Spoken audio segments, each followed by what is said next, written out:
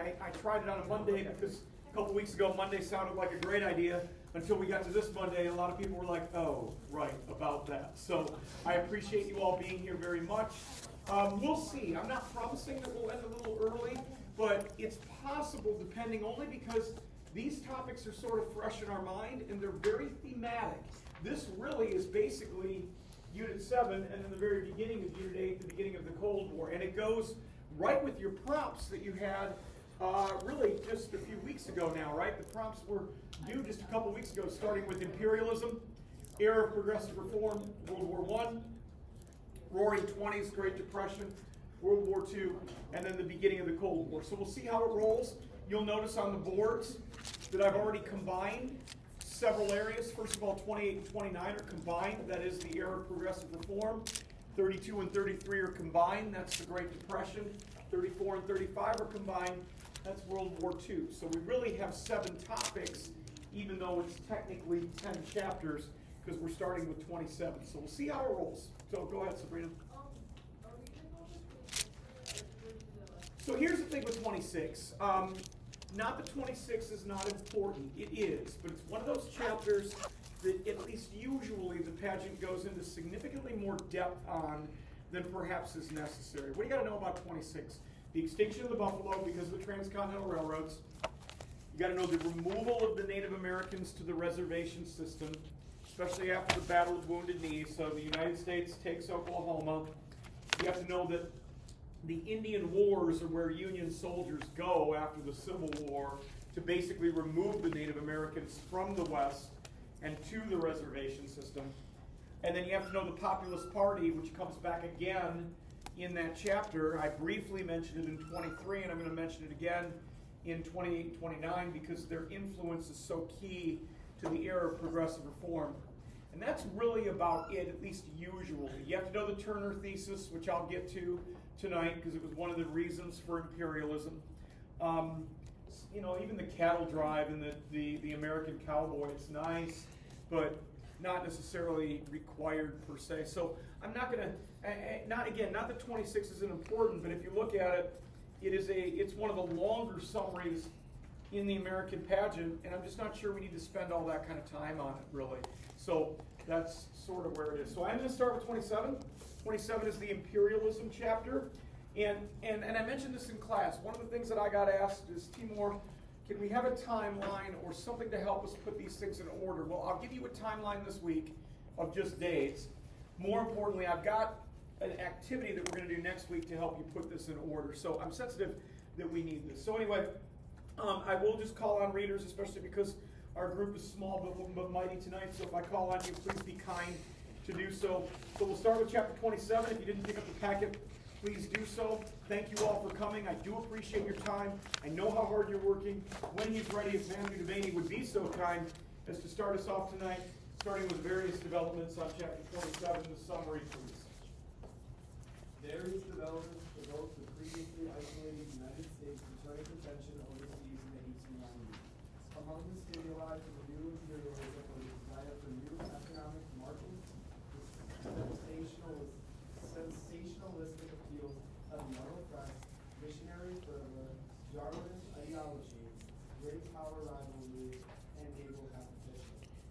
Strong American intervention in Venezuela and boundaries from the 1895 to 1896 demonstrated an aggressive U.S. assertion of the Monroe Doctrine and led to a new British willingness to accept American domination in Western Hemisphere. Long-time American involvement allowed a climax in 1893 in a revolution against native rule by white American players. President Cleveland temporarily refused to annex the islands, but the question of incorporating Hawaii into the U.S. triggered the first full-fledged imperialistic state in American history. The splendid little Spanish-American war began in 1898 with an American outrage about Spanish oppression of Cuba.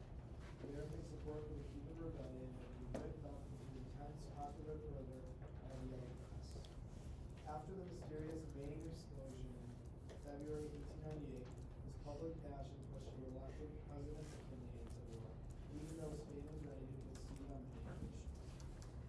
An astounding first development of the war was Admiral McKinley's naval victory in May 1898 August, American troops, assisted by Filipino rebels, captured the Philippine city of Manila in another dramatic victory. Despite mass confusion, American forces also easily and quickly overwhelmed the Spanish Cuban revolution. After a long and bitter national debate of the wisdom and justice of American imperialism, which ended in a narrow, pro-imperialist victory in Spain, the U.S. took over the Philippines and Puerto Rico as colonial possession. Regardless of serious doubts about imperialism, the U.S. has strongly asserted itself as a proud and international power. America's decision to take the Philippines without violent resistance from the Filipinos were expected independence. The brutal war that ensued was longer and costlier than the Spanish American. Okay, Spanish-American War, a short war, it lasts only about 100 days. The initial cause is to liberate or to free Cuba from the Spanish tyrants. Spain had become tyrannical. The governor of Cuba, the Spanish governor, a guy named Valeriano Weyler, was supposedly perhaps even feeding Cubans to sharks, or, at the very least violating their right to a free trial. And we'll never know how much of that was true or false, because this is also the war of the yellow press. Now, reminder, what was the yellow press? What is that idea? So go for it, Aiden. Like insanely exaggerated headlines. That's right. If somebody said you were yellow at that time, it meant you were dishonest. So the yellow press is these exaggerated news stories, and this gets especially blown out of proportion with the USS Maine, no pun intended. USS Maine is a U.S. Navy ship. It was stationed at Havana Harbor. We moved it there to kind of watch Havana, capital of Cuba. We moved it there in order to sort of watch what was going on. Well, in February of 1898, the USS Maine blows up. And when it blows up, it ultimately is an accident. But who does the American public and the yellow press blame the blowing up of the USS Maine on? This is directly on Spain, right? Meanwhile, a couple weeks later, something called the De Lome letter. You don't normally see that. Sometimes it's something like a prompt, right? The De Lome letter was written by a Spanish diplomat named Enrique Dupuy de Lome, and he insults the president. He insults William McKinley. He calls William McKinley weak. We never like it when a president is insulted. So these two things are pushing the American public toward war. Meanwhile, William McKinley, who was the last Civil War veteran president, he's not necessarily that anxious or excited to go to war. But finally, he decides, yes, we're going to free Cuba, and then we're going to get out. Like, that's it. The goal is to simply free Cuba from Spanish rule. But the product itself does not necessarily match what William McKinley had promised. So let's talk consequences. First of all, the war itself is very short. It lasts 4 months, just a little over 100 days, and it is an American victory. During the war, we take over 2 Spanish territories right away. One is Guam, nice little Navy base in the Pacific, and the other is Puerto Rico. We promised Cuba its independence. We are successful in liberating Cuba from Spanish rule. But we decide, you know what? Cuba's going to be independent, but we're going to have an influence there. This sort of starts our bad neighbor policy, or our very heavy hand in Latin America. So we will, although Cuba becomes independent, we have influence in Cuba all the way through the 1930s, meaning that we basically are able to go in and say, hey, change something, and we also get a Navy base in Cuba. And then there's the Philippines. So technically we get the Philippines, but do the Philippines want to be an American colony? Do they want to be an American colony? No. The only reason they fought on the side of the Americans in the Spanish-American War is because their leader, a guy named Emilio Aguinaldo, thought that clearly after the war, they will give the Philippines, they being the Americans, will give the Philippines their independence. Do we give the Philippines their independence after the Spanish-American War? We do not. Why don't we? What do we decide is going to be super cool about the Philippines if we keep it? Go for it, Aiden. It's right next to China. Right next to China. This gives us influence in Asia. So we deny their reasoning, their basically self-determination. They had a leader. They had a government, and we don't care. We simply take it over, and we're going to be there for 45 years. The name of the leader was Emilio Aguinaldo. Incidentally, how does Emilio Aguinaldo feel about the United States after this for the rest of his life? Hates the United States, right? So we keep the Philippines, so we stay in the Philippines from 1901 to 1945. During all of that time, none of the Philippines simply don't want us there.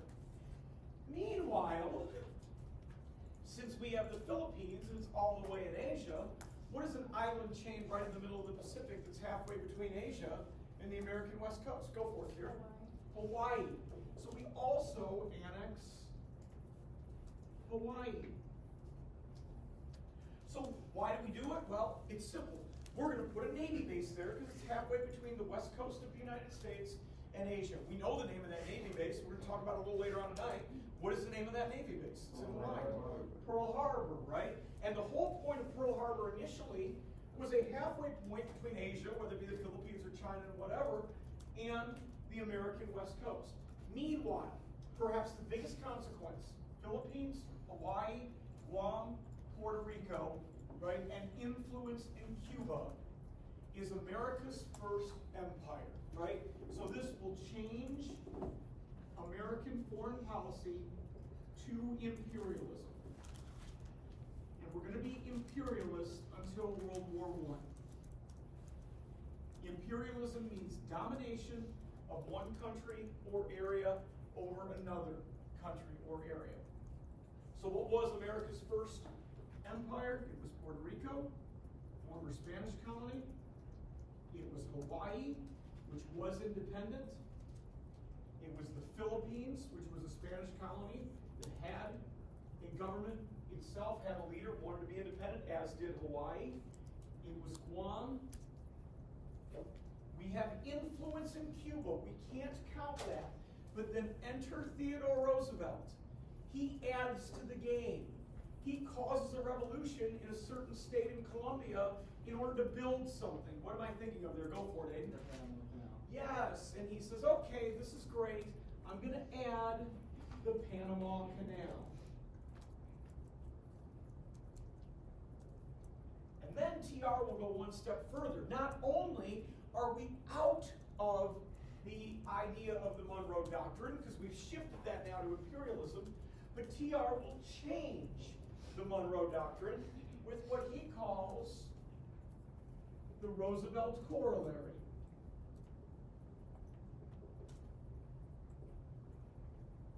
This is the Roosevelt Corollary to the Monroe Doctrine.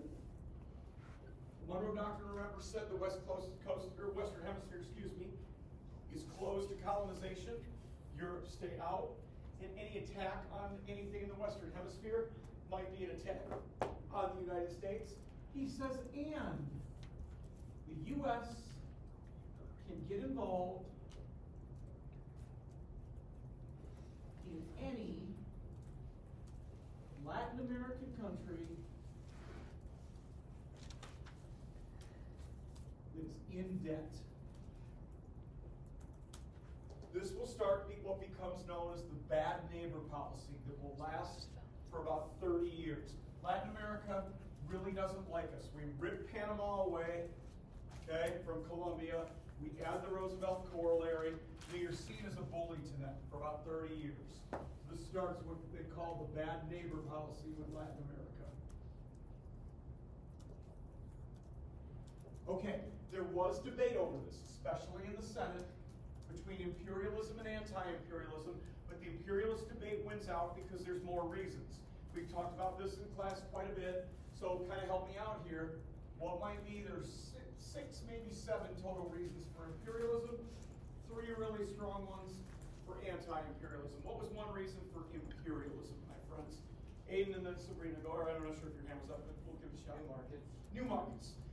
Well done. By 1900, right, Spanish-American Wars, 1898, America had the largest industrial economy in the world. So the need for new markets to sell our goods. Maybe the most important, but historians debate which one's the most important. The need for new markets to sell American goods. Very good. Okay? You know, control the seas, control the world. I like that because it's definitely there. I'm going to marry that with another one that we'll get to down the road. Go for it, Doug. The idea of social Darwinism for sure. That American culture is simple, at least white, middle and upper class American culture, is simply the superior culture on planet Earth, and we must show others how to live. I will get back to what Sabrina said. Adisa. I have two. Okay. One to add up to Sabrina's is competition. That's what I'm thinking of. The anything you can do, I can do better, competing with the major European powers that had colonies of their own. Especially in Africa, but really all over the world. In fact, at this time, Britain said proudly that the sun never sets on the British Empire. Now, if you think about that, it means they controlled so many areas of the world that it was always daylight somewhere, okay? So we're competing with that, right? Now, we could maybe say that as well with places like Guam and the Philippines, where the sun never set on the American Empire, but not nearly as big as places like India or South Africa or Australia that were under British rule at the time. Good. So you had another, Adisa? Manifest Destiny. Yes, Manifest Destiny extended, right? The idea that now the frontier is closed, at least in the United States, so we can kind of put the Turner thesis with that one as well. The frontier is closed, we must find new land in order to conquer. We've already gone to the West Coast, frontier is closed, where's new land? Go for it, Ahmed. Spreading Christianity. Yes, the idea of spreading Christianity, Reverend Josiah Strong's book. This idea that Christianity should be spread all over the world for this. So the spread of Christianity, giving this idea almost a religious component. Not only are we spreading culture, but we're also spreading the Christian religion. Right? Very good. And go for it, Daniel. Civilizing the natives.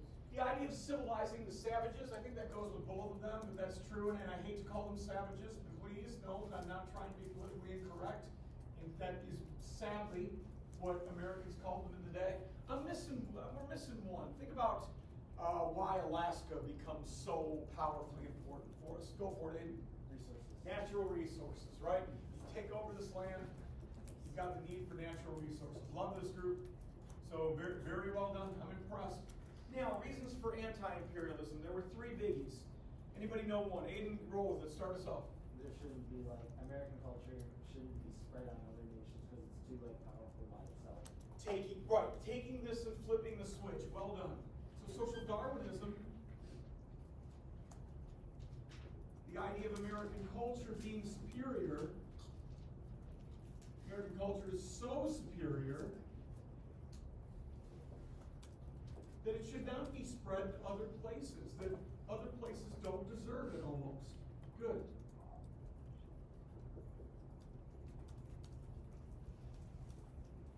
Another reason for anti-imperialism. Go for it, Matthew.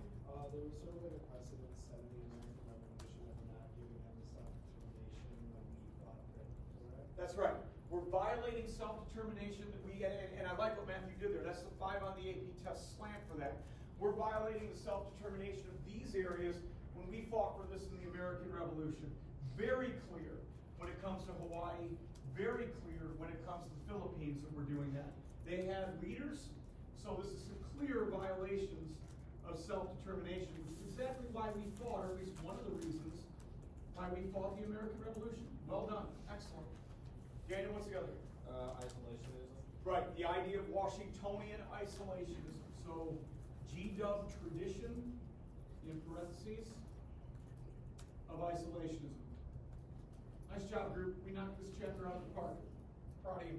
All right, we're going to combine questions on any of this, and obviously there'll be time for you to get the boards later, as there always is. Okay, we're going to combine 28 and 29, because those are the 2 chapters on the era of progressive reform, one of the 3 times that we'll combine tonight. So we'll start with 28. When she's ready, if Sophie would be so kind as to handle 28, if you need a minute to sort yourself out, Sophie, no problem. So that was movement of the early 20th century between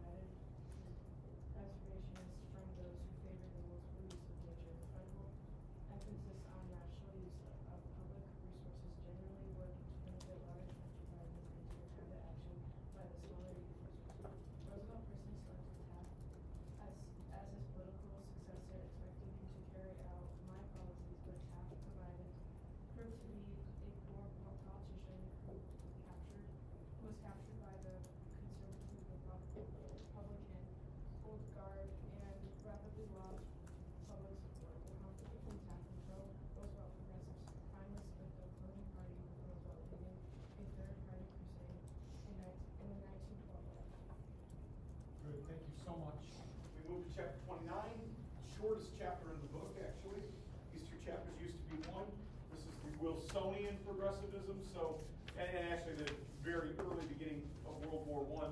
We'll go to Ava Mencotti. Would you read the very short summary, please, on 29 on the next page?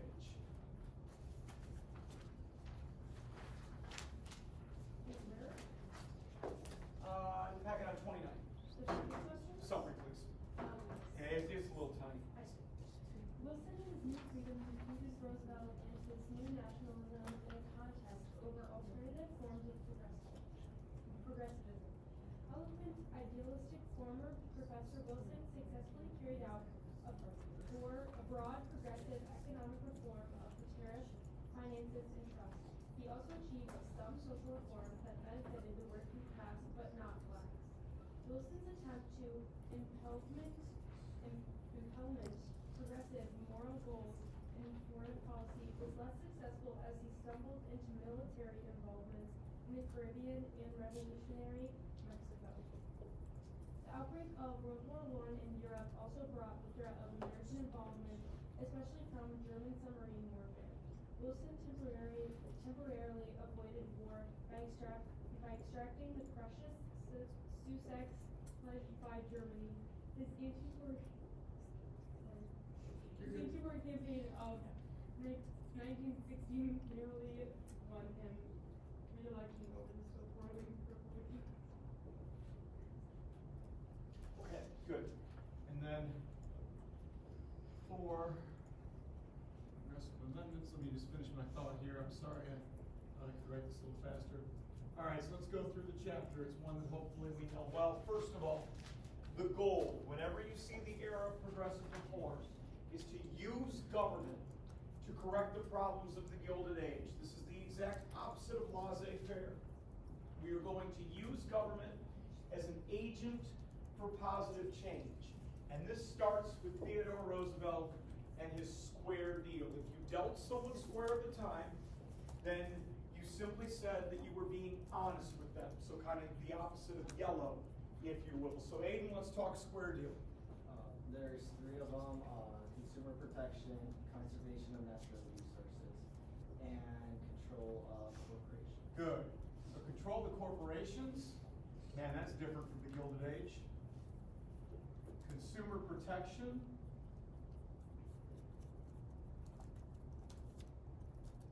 And conservation, keyword conservation of natural resources.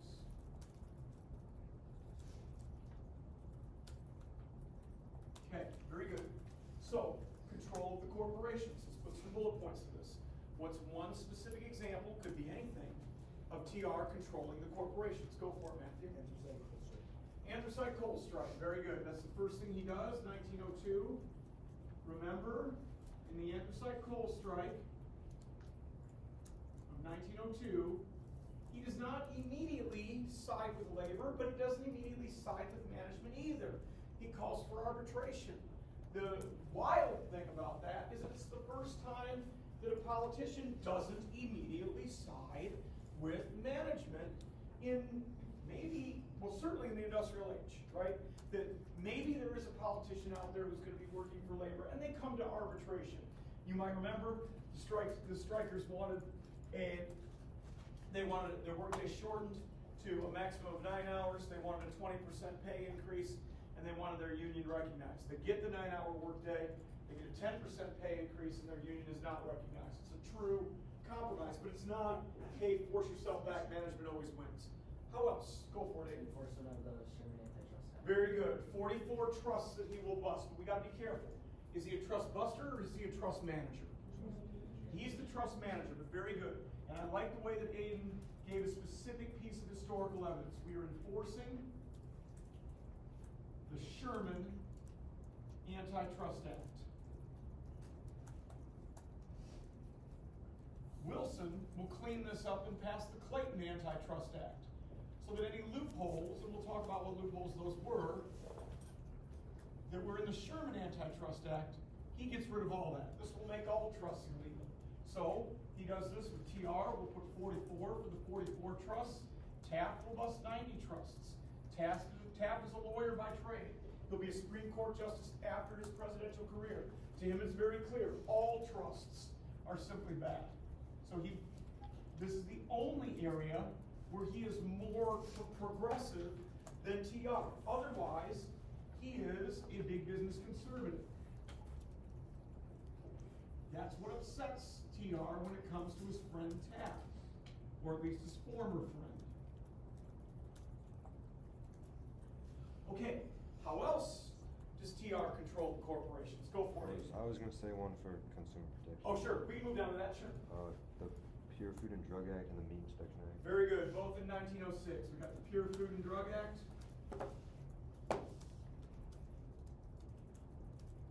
And the Meat Inspection Act. Excellent. Pure Food and Drug Act labeling, Meat Inspection Act. The fact that there must be a regulator, a government official, and any meat processing plant nationwide. This is still the case. And that allows me to go up here and talk about the influence of muckrakers. Not necessarily a term. It was a term of endearment if you were TR. But these are writers, journalists, right? Okay, Americans read voraciously. Could be magazine writers, book writers, whomever, right? Newspaper writers who tried to cause government to force them into positive change. Why did it dawn on me? Because maybe the most famous muckraker, and that's debatable, is the one that would lead to these two acts. What was either his name or the book that he wrote? Go for it, Aiden. Sinclair. Upton Sinclair, the book was called, David? Or Daniel, I'm sorry? The Jungle, right? So I don't know where David came from. So, the Jungle. So, there's one, the Jungle, sorry, David. Don't worry about it. So, the Jungle, Upton Sinclair. Good. Which will lead directly to Pure Food and Drug Act and Meat Inspection Act.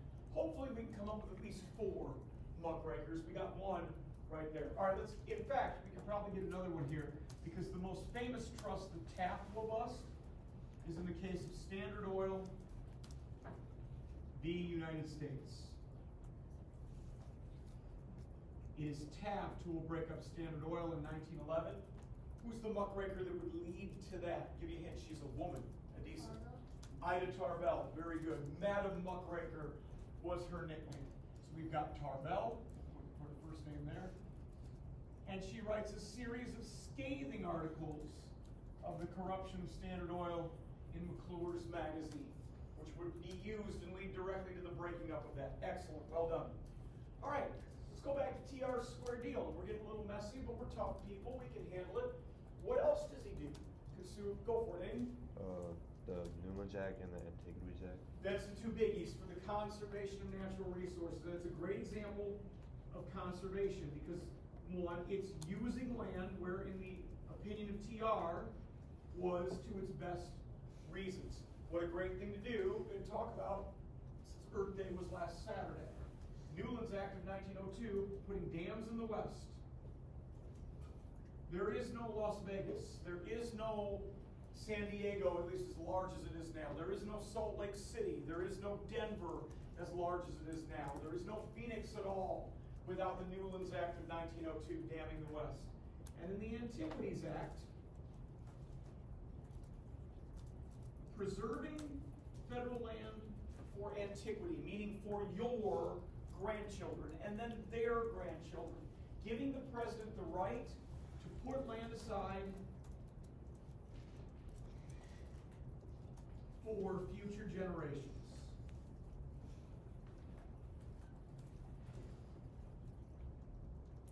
Good. What was his big impetus for the Antiquities Act? What were they going to drill? What were they going to mine? What were they going to mine? Go for it, Sabrina. The Grand Canyon. And they were going to, you can see the mineral resources in the Grand Canyon, right?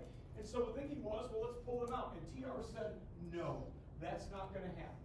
So the impetus for this was the Grand Canyon.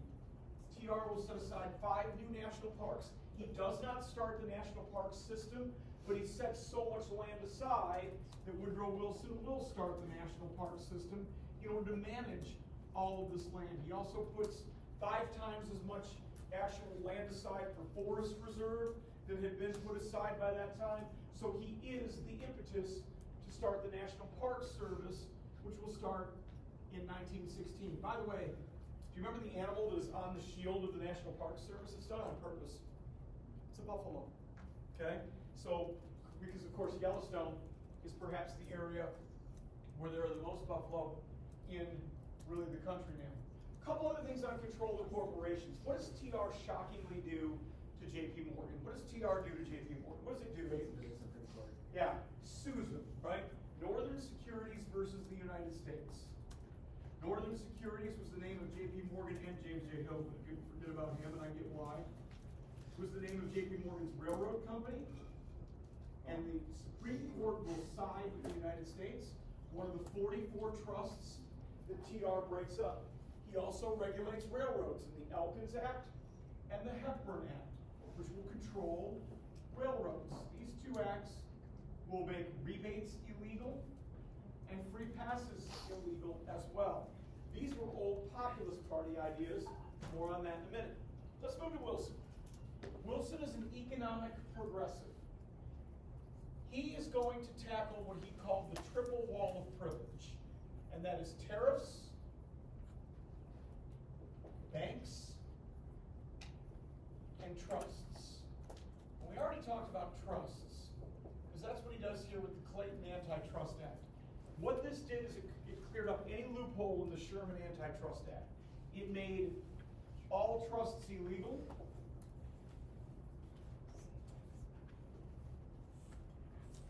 And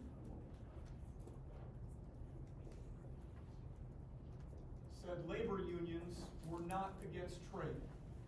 That was one of the loopholes in the Sherman Antitrust Act, is that great lawyers of the Gilded Age claimed that the Sherman Antitrust Act said labor unions were against trade. Well, this clears that loophole up.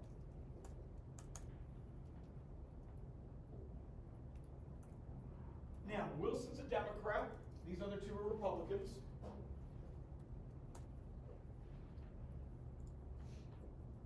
Being a Democrat, what's Wilson going to do to tariffs?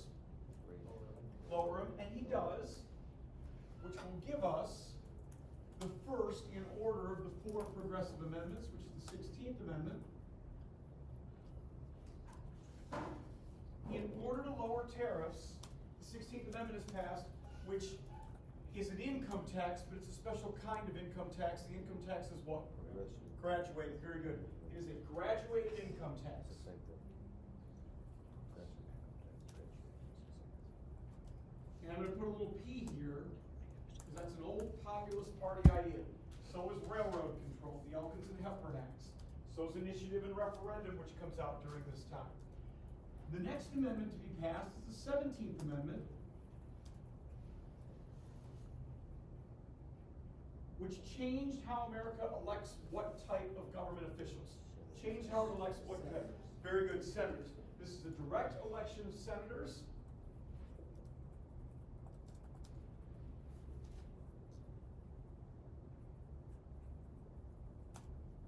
Good. And we get another muckraker here. Anybody remember the name of the gentleman in Cosmopolitan magazine? Who am I thinking of? David G. Phillips. David G. Phillips.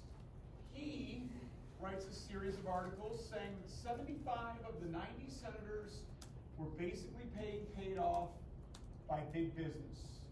He was right. Another old Populist Party idea. Okay? Now, we'll get back to the 18th and 19th Amendment in a minute. What does Wilson do with banks? It was genius. It makes money elastic, and it's on every single bill of currency that we have today. He creates something. It's sort of like the Bank of the United States, but it's even bigger. Daniel, what do you think? Not sure? What do you think, Daniel? Careful. FDIC is FDR. So what does it say on the top of every bill piece of currency? If you're not sure, pull it up. It'll say, what does it say? The Federal something. Not the Federal, no, the Federal Reserve. Good, we got there. Well done. So he creates the Federal Reserve. Not only is this kind of like a third bank of the United States, but it also gives them the ability to make money elastic. The elasticity of money. The Federal Reserve has been raising interest rates for the last year now. Why? What is the Federal Reserve trying to control by raising interest rates? Inflation. 2022 was the worst inflation year in our country since 1979.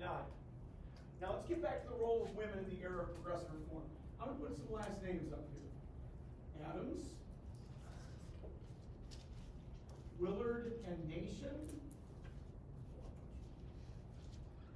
cat, not your cat meow. Okay? Adams, first name, what do we think? What's her first name? Jane. Jane. What's she known for? What's the Settlement. right? Settlement houses, and that gets her involved. She is the settlement house movement, Whole House, hers being the first, which will get her involved in reforms such as building codes, child labor. She actually is one of the first board members of the National Child Labor Commission. Right? And anything that has to do with working conditions in factories, where those immigrants that she served worked. Anybody remember the name of the muckraking photographer who took all those child labor pictures? Oh, careful, I tricked you. It's my fault. And I should add him here because she is also in tenement housing reform. That's Reese. So we'll put him up here, Reese. What is his first name? His book, How the Other Half Lives. He was the first muckraker because this was 1890. What new technology did he use in 1890 to show how bad tenements were? Photographs, right? I was thinking of Lewis Hine, but not a big deal. Okay. You saw one document. Willard and Nation. First name is either one of those two. What's the first name of either one? Carrie A. Nation. Francis Willard. What do they want? What are they fighting for? Right, temperance of alcohol. And they finally get it. Their group was called the WCTU, Women's Christian Temperance Union, and they get it with the 18th Amendment. An old Second Great Awakening idea, which was prohibition. And then Carrie Chapman Catt, what was her group called, or what's she fighting for? What does she want? Suffrage. Suffrage, right? Her group was called NAWSA, the National American Women's Suffrage Association. She attaches voting to the cult of domesticity, and she wants suffrage for women immediately. What was Lewis' first name? Francis. Frances, Carrie. Sometimes I-E, you see it both ways. I don't really know which way it was. And then she gets the 19th Amendment. All right, now that we've covered every possible angle on the era of progressive reform, we can go quicker on World War I, because all we're going to look for is causes and consequences. My word got sloppy, that's okay. You'll have time for pictures at a later time. We go to Natalia when she's ready. Will you handle, Natalia, the summary of chapter 30, please? World War I, the war to end all wars. Germany's declaration of unlimited submarine warfare suspended by the settlement held in July 2012, finally caused the United States to play. Wilson arrested them for future place by making the war a realistic crusade for democracy and permanent peace based on intelligent choice. Wartime propaganda stirred voluntary commitment to the war effort, but at the cost of pressing consent. Voluntary efforts also won Congress and on the American industry producing food and financing the war. Labor, including women, made substantial wartime payments. Beginning the fight creation of cities led were to win human rights. America's soldiers took nearly a year to arrive in Europe. They fought in only 2 weeks battles in the Civil War. Americans made contributions to the Allied victory with heroic lives, personnel, and military morale. Wilson's immense prestige created high expectations for an idealistic peace, but his own political blunders and the stubborn opposition of European states forced him to compromise his lofty aims. Enlarged on the treaty, Wilson tried to rouse the country on behalf of his cherished state, but his own political collapse from refusal to compromise killed the treaty and the league. Republican isolationists effectively turned Harley's victory back in 2018. Death sentence for the league. Okay, well done. So first of all, let's do the causes. And again, when we look at wars, you'll get this from me tomorrow, causes and consequences. But first of all, the dates. World War I goes from 1914, the fighting goes till 1918. The treaty negotiation is 1919, so most historians include 1919, but we're not in it that long. It starts with an assassination of Archduke Franz Ferdinand, who was in line to take over the nation of Austria-Hungary. Well, he never gets the chance because he gets killed by a Serbian nationalist. Big bad Germany will declare war on old-timey Serbia. Germany is allies with Austria-Hungary. Britain and France will declare war on Germany and Austria-Hungary. And you have World War I. Do we want any part of World War I in the beginning? Do we want any part of this? This is a you problem, and it is true that Wilson will issue the Neutrality Proclamation of 1915. Leave us alone. Okay? But Germany will continue. What piece of new technology as far as the seas does Germany have? It's going to be a real thorn in our side. What do they have? Submarine, right? And they continue to practice unrestricted submarine warfare. The most famous is the sinking of the Lusitania in 1915. True or false? There were American casualties on the Lusitania. Sure. That's, 120 for sure. there you go. 123, even though it's a British ship. Okay? Why did the Germans sink this? Aside from the fact they were being a bully, what was the Lusitania carrying? Go for it, Daniel. Weapons and stations. Right, they're carrying ammunition, okay? And they had warned that the seas are not a safe place. So Wilson, being President Wilson, says, now Germany, you need to stop doing that. Stop doing that, Germany. You're a very bad Germany, okay? And Germany would stop for a couple months, but then they'd go back to it. Early 1916, you get the Zimmermann Note, which ultimately gets intercepted by early 1917. What two nations was the Zimmermann Note between? Germany and who? Mexico. Very good. And it said, hey, Mexico, if you help us at the end of the war, when this is a German and an Austro-Hungarian victory, we will give you back the Mexican cession. Now remember, this is the time of the bad neighbor policy. Latin America doesn't like us right now. They see us as a bully. Mexico says, you piqued my interest, right? This gets intercepted, and the United States is on fire over this. So finally, mainly really for these two reasons, Wilson said, we must make the world safe for democracy. Very similar to what FDR will say when we must preserve the four freedoms before Pearl Harbor, right? And so in April 1917, we're involved in the war. Well, consequences. The biggest thing is that the United States is not in very many major battles. The book tells you only two.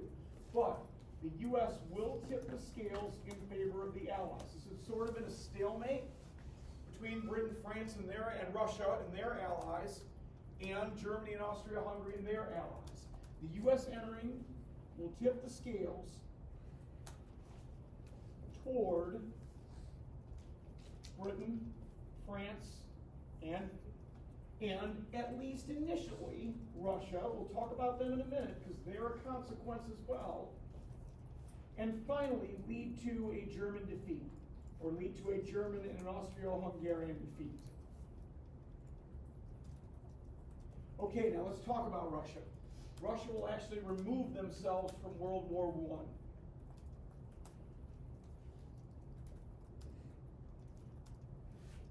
Why? They actually lose more people in World War I than any other nation. That's why they simply quit on World War I. And they have their own revolution.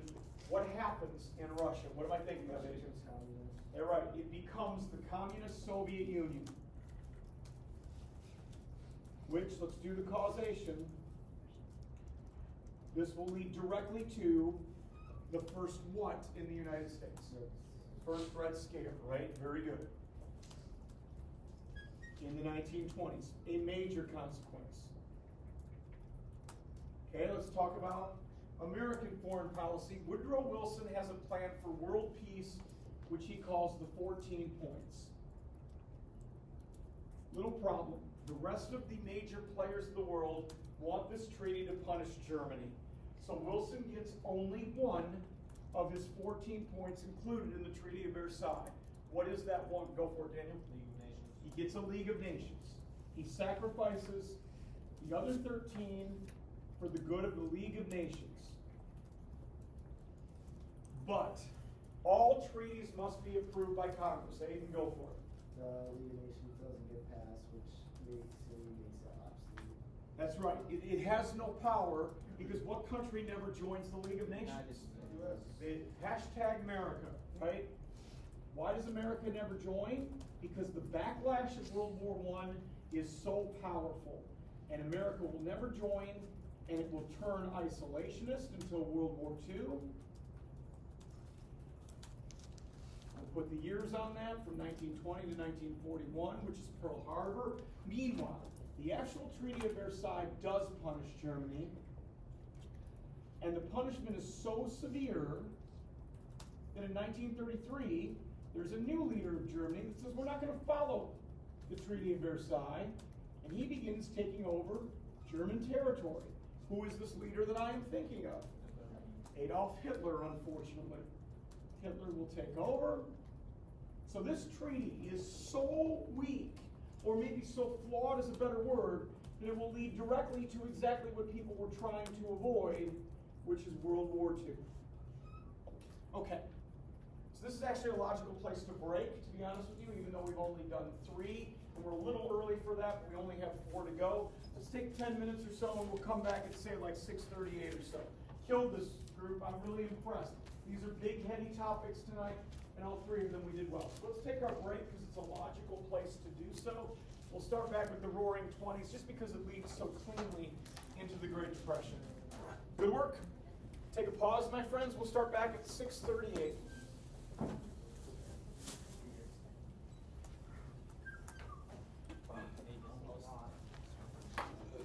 It is a lot. I never said it was not. That is true.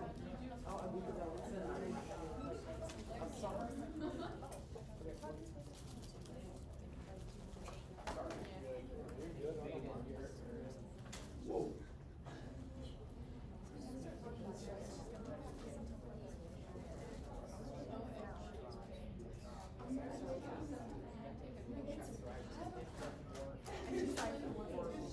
She's like,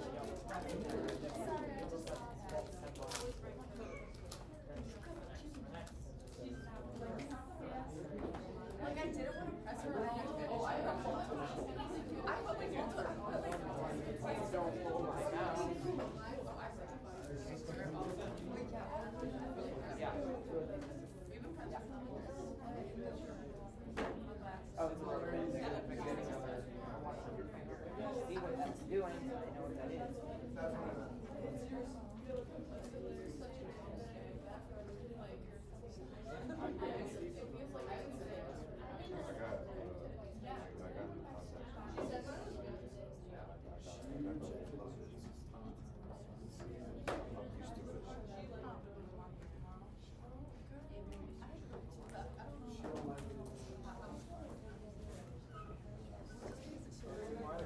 Sure. Oh, yes. Yeah, New England is Massachusetts, Connecticut, Rhode Island, that area. So it's called New England because of the new settlers from England who came to New England is basically a synonym for the extreme northeastern states. The New England Patriots play in Massachusetts. So great question. And I have, by the way, I have the timeline ready to go. You'll get it this week. And really, the order of operations is more helpful that we're going to do next week. But I do have a timeline so you know things that I have. It's probably too long, but I have. I'll give it to you not tomorrow, because tomorrow I'm going to do the causes and consequences of the wars. Give you that. But I It was have. made a while ago. It's like it was made a while ago by major industry survey for women to set up best districts for going strong. Ask Tim Lawrence to.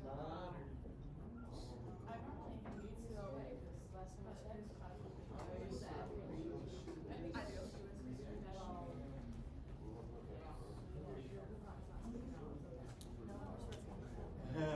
No.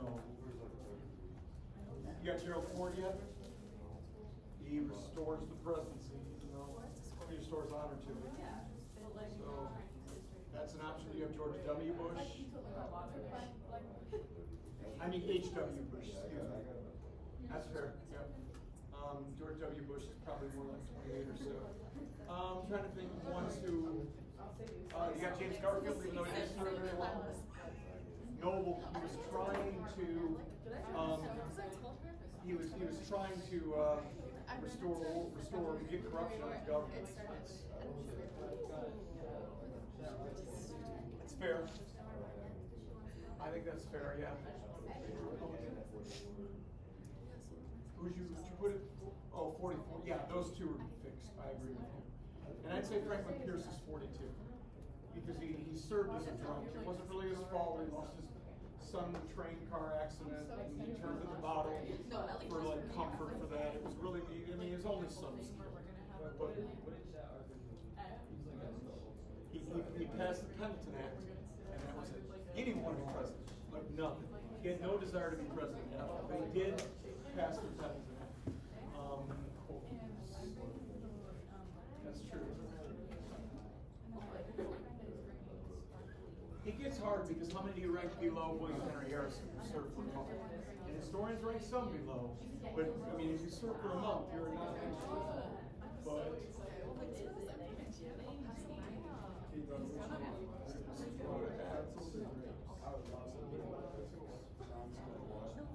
good choice. Immigration.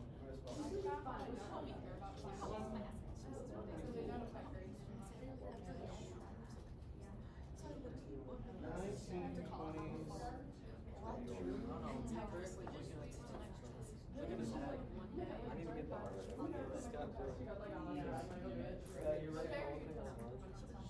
I tried to do that last time.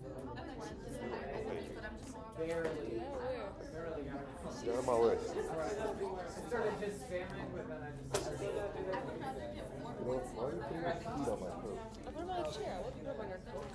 You literally put them on my No, I coat. didn't. I put them on this thing right here, this bar. Okay, thank you. You should make the camera face towards Okay, me. thank you. Want to say hi? Nope. No? You have to go in front of it.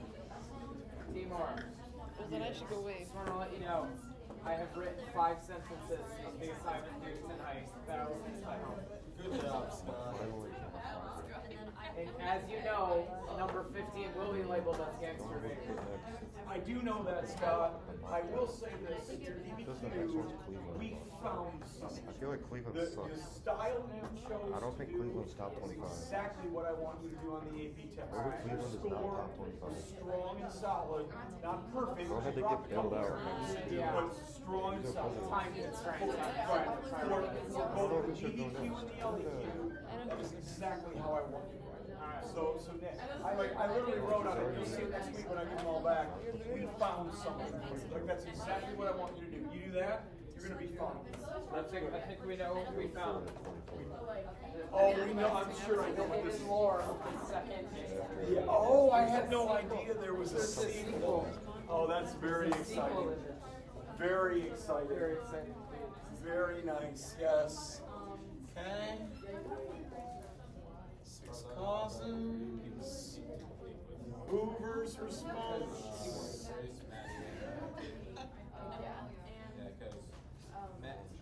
FDR's Nixon's not top 25.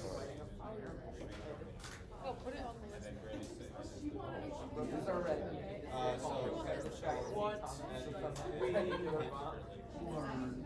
I'm not putting Nixon at 25. Not 25, like down here somewhere. The Great Depression. I think Nixon's on the grade. Let me look. Nixon's a chief. Hey. Just got good friends with the drug agents. There you go. Timor, because it's American. No. Timor, I think you need to ignore the language, but it's very American. That's an H. 2 minutes group, we'll start again in 2 minutes. Just enough time for me to have a couple cookies. Yeah. Oh, this one's kitty. Hello? Timor, we have more games. I was just scrolling.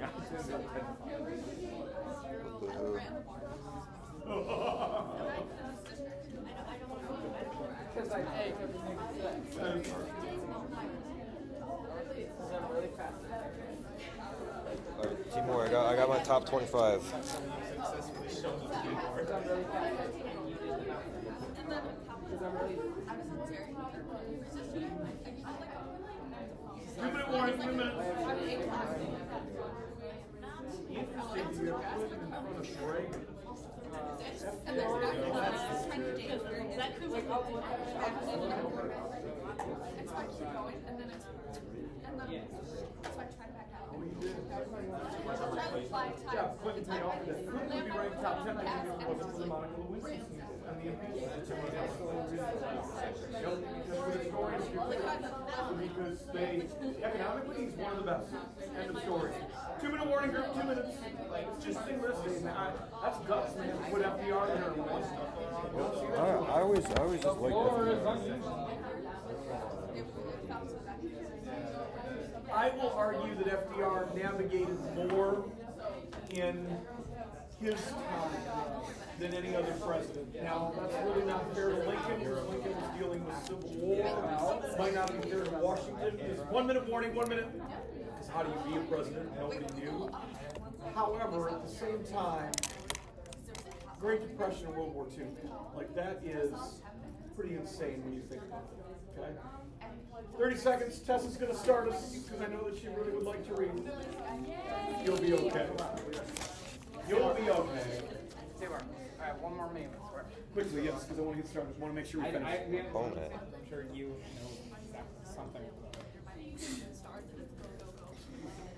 All right, here we go. So welcome you back here in 10,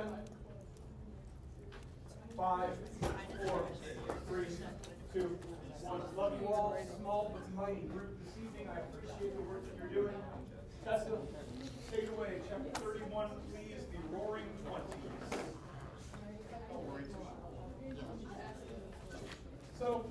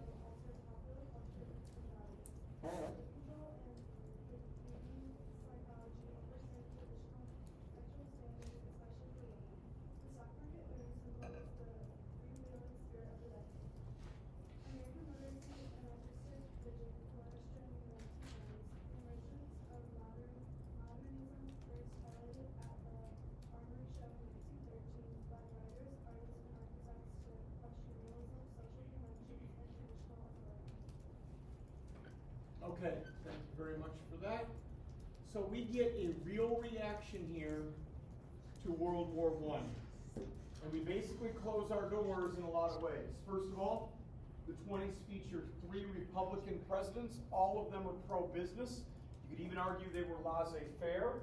In fact, that's why Coolidge, a fundamentalist, is so popular with the moderns of the day. He's this very old-timey fundamentalist jazz age type president at a time when moderns are thriving, the last of whom is Hoover.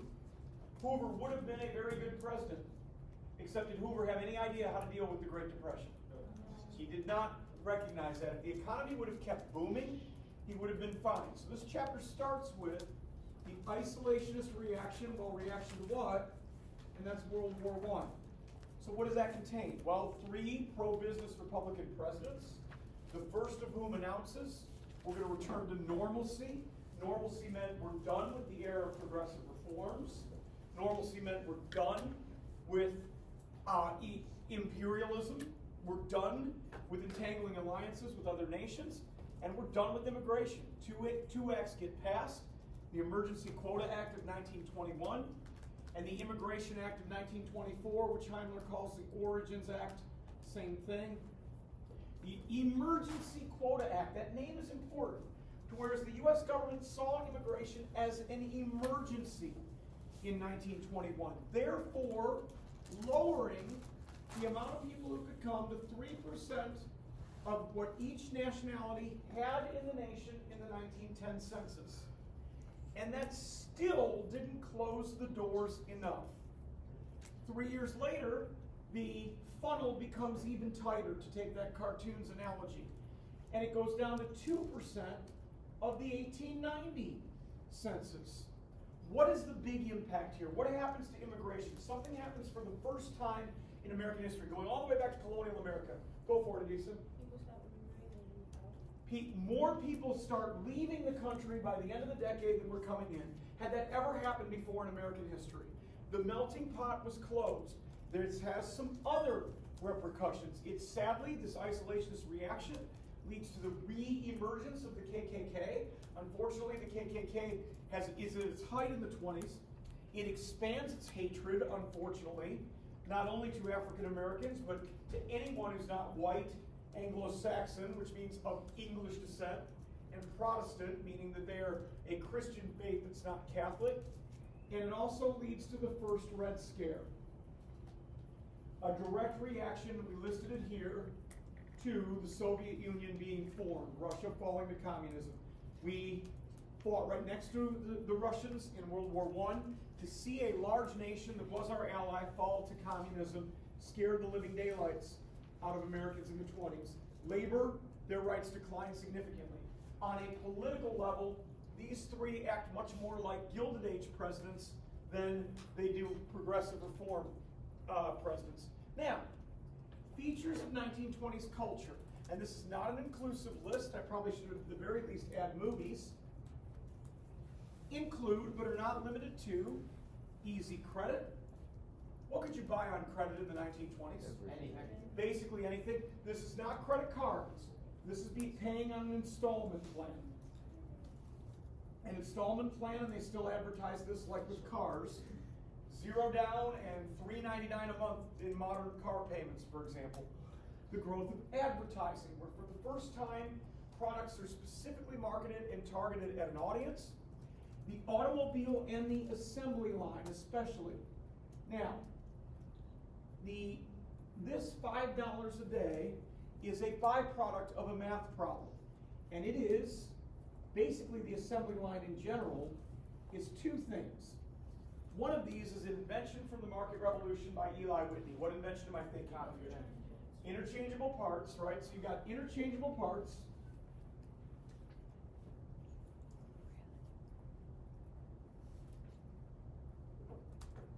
Plus the efficiency and the scientific systems of who? Who becomes that guy of factory efficiency? Who am I thinking of? That one dude. I heard it from somebody. Frederick W. Taylor, very good.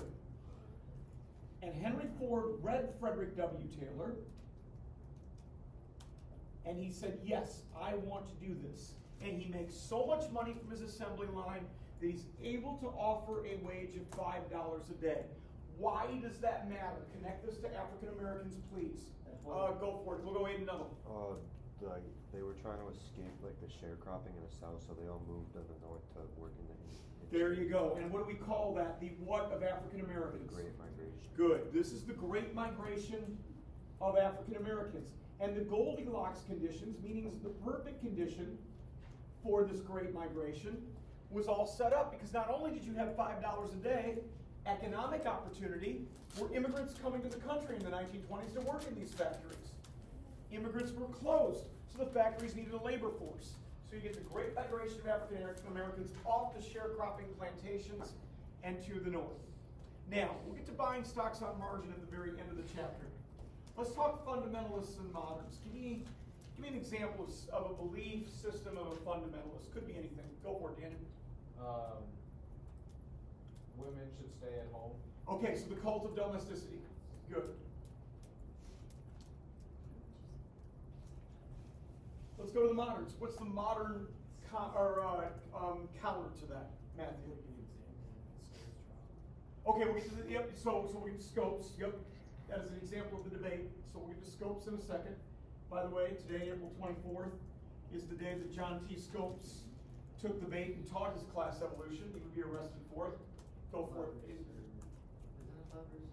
Flappers, very good. That's the modern answer to the cult of domesticity, the Flappers movement. Now, let's talk about the Scopes trial. A fundamentalist would believe what about teaching evolution? What do fundamentalists believe? It's not. Should it be taught? No. No, right? So the scope should be guilty, throw the book at him. Do not teach evolution in schools.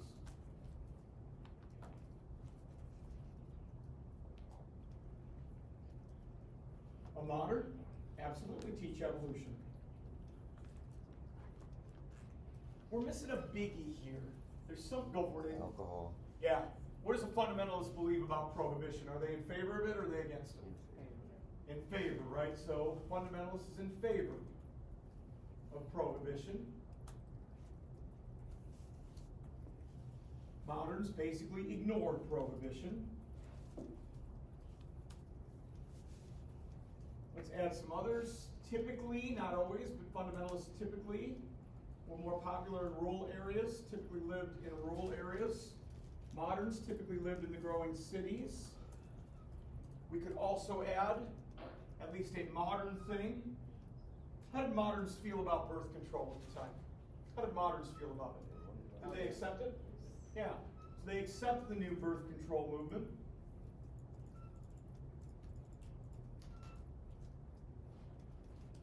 How do the fundamentalists feel about birth control? Oh my God. Ardently against birth control. What's the new music of the moderns that they're playing on the radio?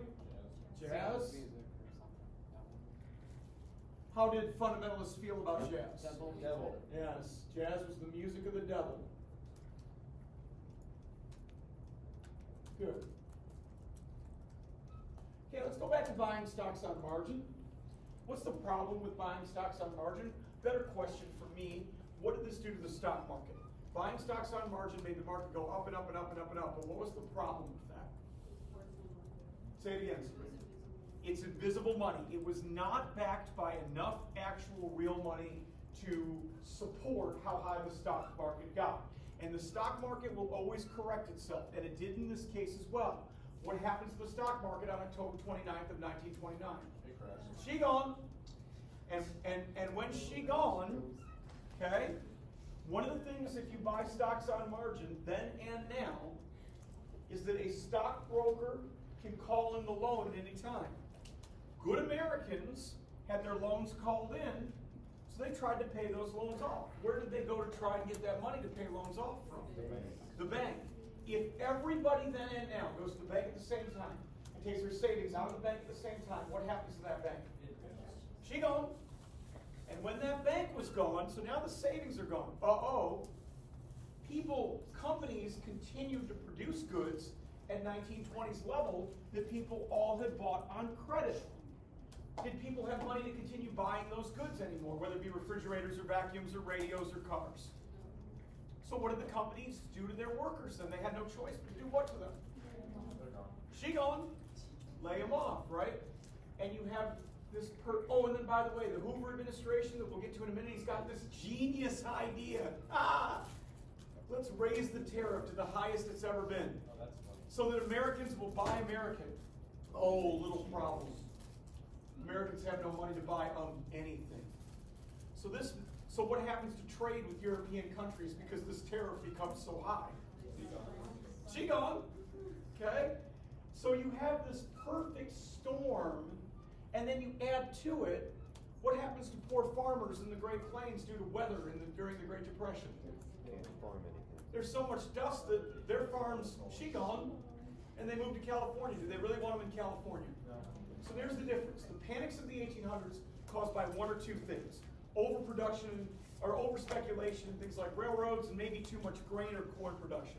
There's 6 big things starting right here that will trigger the Great Depression. And this chapter actually ends with the stock market crash of October 1929. So let's move to said Great Depression, a 2-chapter topic, so we'll handle both chapters. When he's ready, we'll let Scott handle chapter 32, and I appreciate him being willing to do so.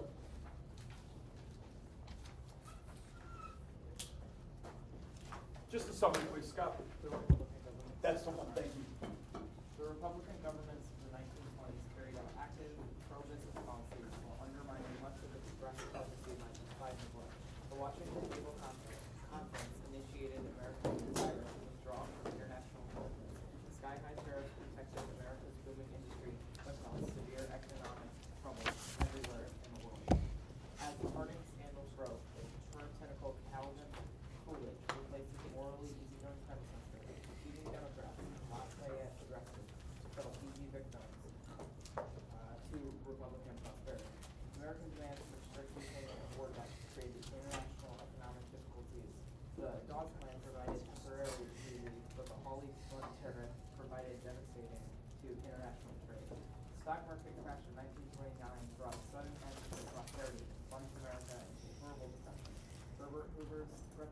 collapsed as he failed to relieve national suffering, although he did make unprecedented but limited efforts to revive the economy through federal assurance.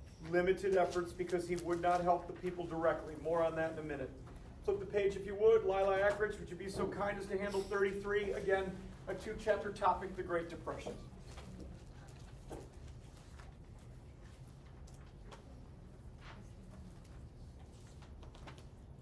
Confident, bureaucratic Roosevelt rushed into office with an urgent mandate to cope with the depression emergency. His then called in frantic 100 days lifted spirits and created a host of new agencies to provide relief to the unemployed, economic recovery, and permanent reform of the system. Roosevelt's programs put millions of the unemployed back on the job through federal action. As the popular such as Huey Long and Father Charles Colin increased their appeal to the suffering population, Roosevelt developed sweeping programs to reorganize and reform American history, labor, and agriculture. The TVA, Social Security, and the Wagner Act brought far-reaching changes that especially benefited the economically disadvantaged. Controversies furiously denounced the New Deal, but Roosevelt formed a powerful coalition of urbanist labor, new immigrants, blacks, and the South that led him to victory in 1936.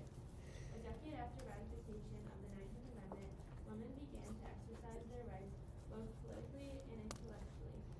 Roosevelt's court passing plan failed, but the court finally began approving New Deal legislation. The later New Deal encountered mounting conservative opposition and the stubborn persistence of unemployment. Although the New Deal was highly controversial, it saved America from extreme right-wing or left-wing dictatorship.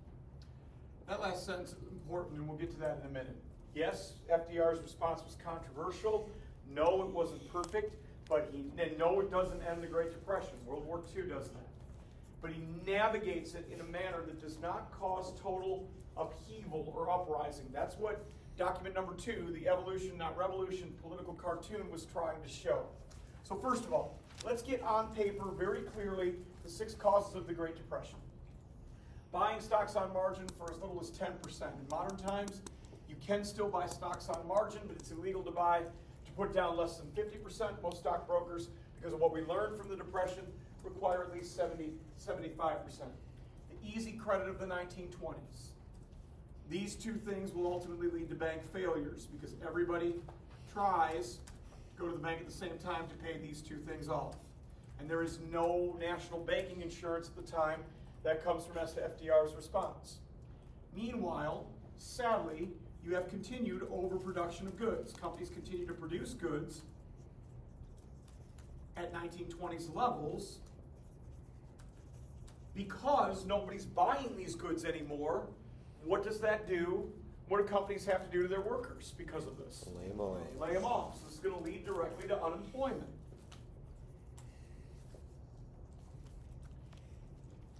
Hoover makes a major mistake. He said we must ensure that people should buy American.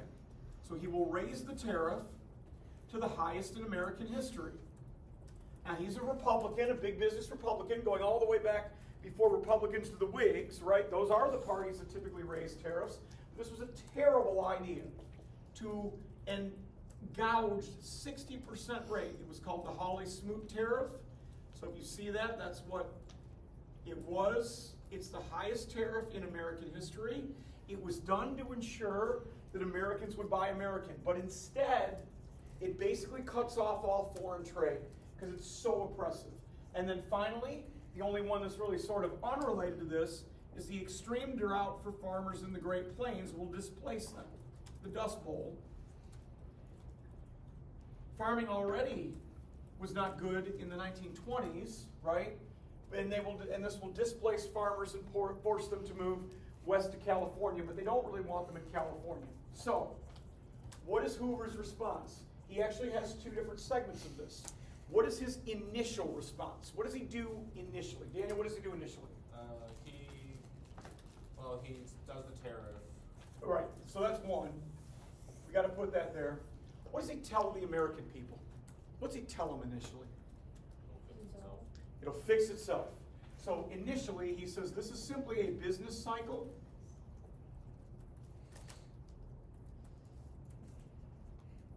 And that in time, this will fix itself. In time, it's going to get better.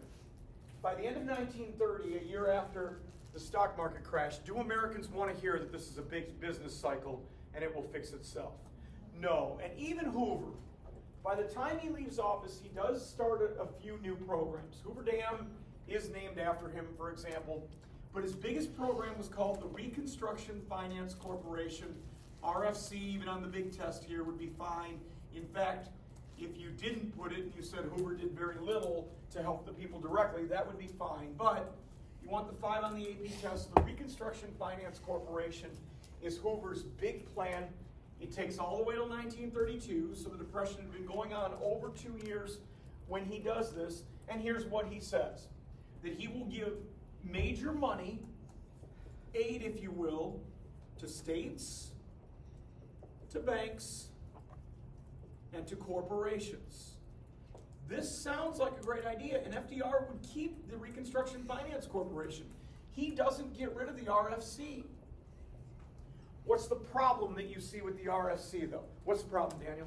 Doesn't help the people directly. It doesn't help the people directly. When Hoover was asked about this, he said it will eventually, the phrase he used was it will eventually trickle down, T-R-I-C-K-L-E, Spellington, to the American people.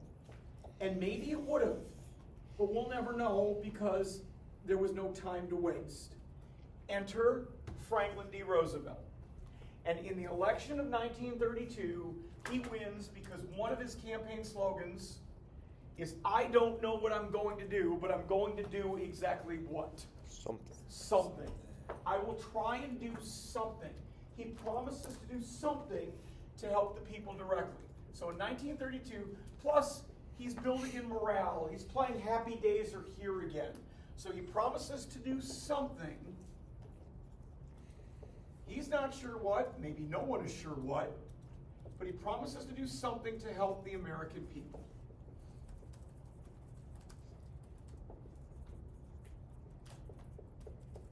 And that was so needed at the time. He's trying to restore faith in government. I don't think even he knew exactly what he was going to do. I really don't. But he gets into office in early 1933, and he promises a what for the American people right away? He's going to give them a what? New Deal. New Deal. Huh. What other president had a type of deal for the American people? He's taking something from his distant cousin, something that he can market. And in this case, the New Deal had the 3 R's. Relief, recovery, reform.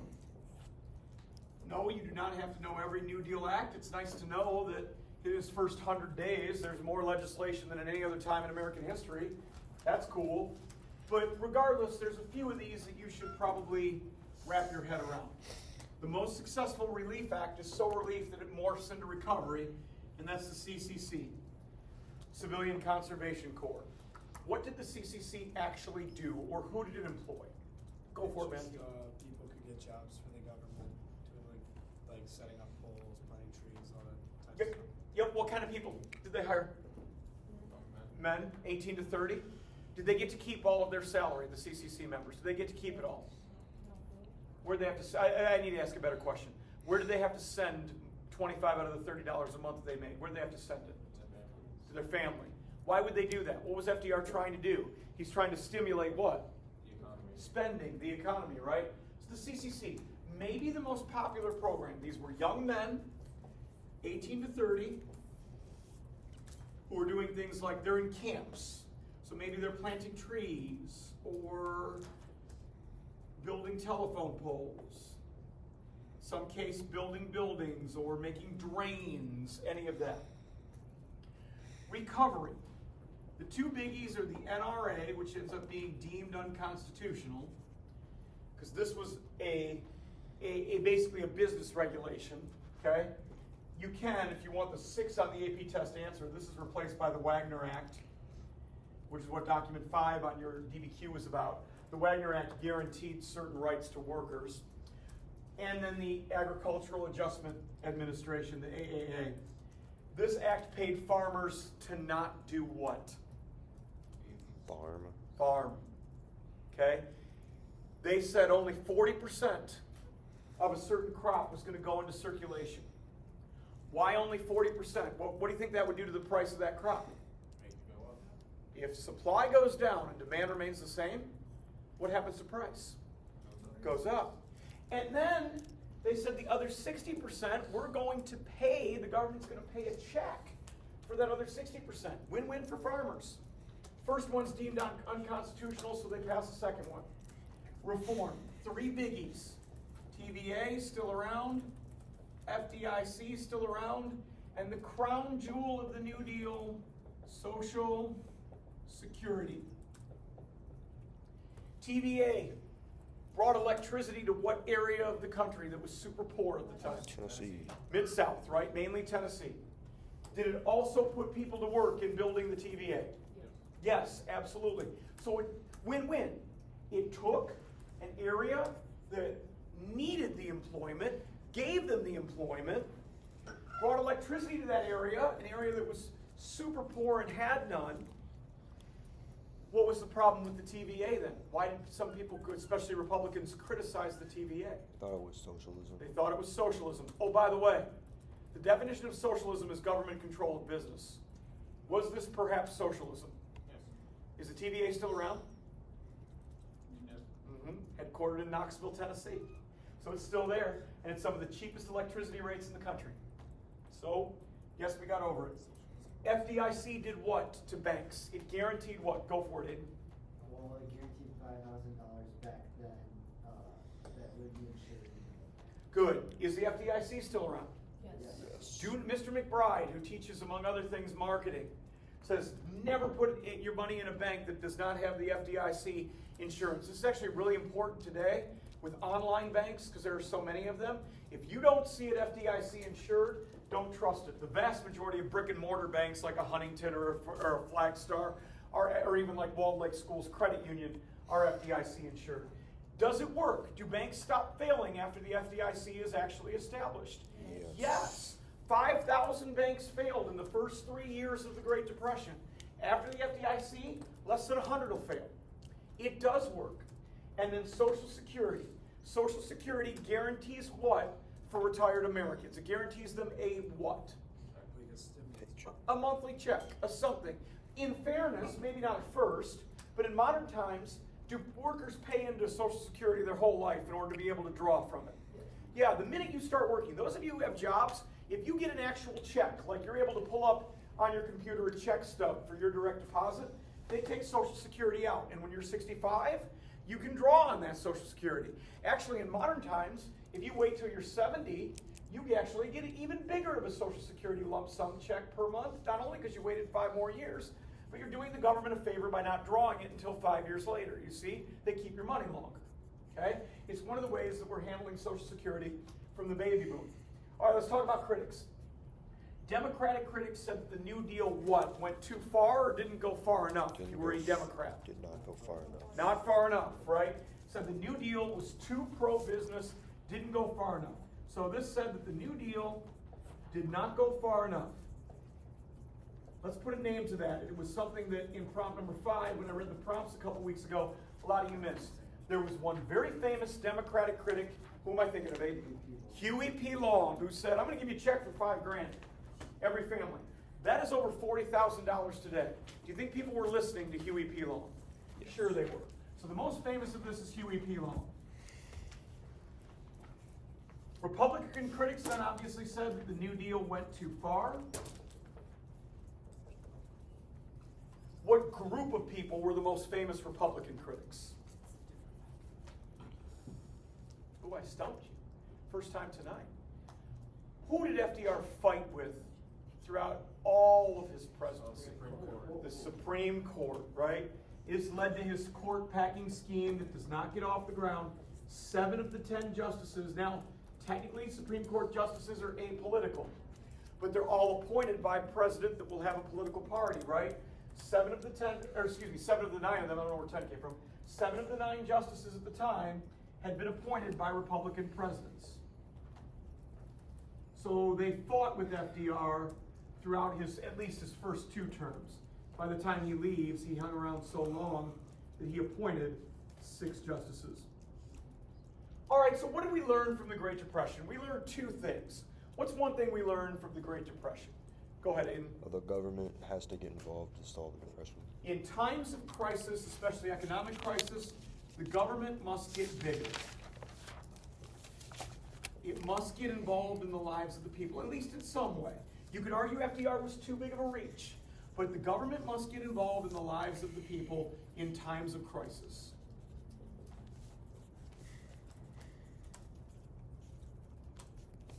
And it must help the people directly. Secondly, go for it, Aiden. Interest rates can't be absolutely low. Yes, right. You can't have tariffs and interest rates super high. That's not going to work. It's a little tepid right now because, like, I got a friend that works in the mortgage industry. The last 4 months, her actual work has pretty much flatlined because interest rates are getting so high on homes. Are people taking out mortgages? They're not. She's like, we don't know what we're going to do because we're not writing any mortgages. Even more important than that, in times of crisis, what should the country do with the national debt? Should they pay attention to it or should they ignore it? Ignore it. So in times of crisis, not always, but in times of crisis, the national debt should be ignored. This is called Keynesian economics. The book makes a big deal about that. It's named after John Maynard Keynes. So if you see that term, and you rarely do, but if you do, it's there. Okay, let's move to World War II. Again, our last of the 2 topic chapters of the evening. And in the summaries that the book actually produces, a lot of this will be a little irrelevant to us, but we'll handle it anyway. So, as we will. When she's ready, we'll go to Alexandra. Would you handle 34, please? Know that a lot of the military stuff we don't need to worry about. I'll try and clean it up as best I can. Again, Alexandra, take your time. So 34 is where we'll start. We'll do 34, 35 together for World War II. Roosevelt's early foreign policies, such as wrecking the London Economic Conference and establishing a good neighbor policy in Latin America, were governed by concern for domestic recovery and reflected America's desire for a less active role in the world. America virtually withdrew from all European affairs and promised independence to the Philippines as an attempt to avoid Asian commitments. Depression spawned chaos in Europe and Asia, strengthened the isolationist impulse as Congress passed a series of neutrality acts designed to prevent America from being drawn into foreign wars. The United States adhered to the policy for a time, despite the aggression of Italy, Germany, and Japan. But after the outbreak of World War II in Europe, Roosevelt began to provide some aid to the Allies. After the fall of France, Roosevelt gave greater assistance to desperate Britain in the destroyers for bases deal and in Lend-Lease. Still powerful isolationists protested these measures, but Wendell Willkie refrained from attacking Roosevelt's foreign policy in the 1940 campaign. Roosevelt and Winston Churchill issued the Atlantic Charter, and by the summer of 1941, the United States was fighting an undeclared naval war with Germany in the North Atlantic. After negotiations with Japan failed, the surprise attack on Pearl Harbor plunged the United States into World War II. Excellent. We move to 35. We'll go to Lorelei, would you please, for 35.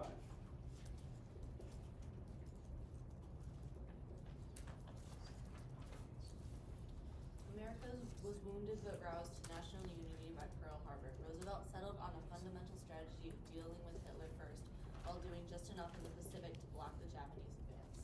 With the ugly exception of the Japanese-American concentration camps, World War II proceeded in the United States without the fanaticism and violence of civil liberties that occurred in World War I. The economy was effectively mobilized using new resources of labor, such as women and Mexican Braceros, don't worry about it.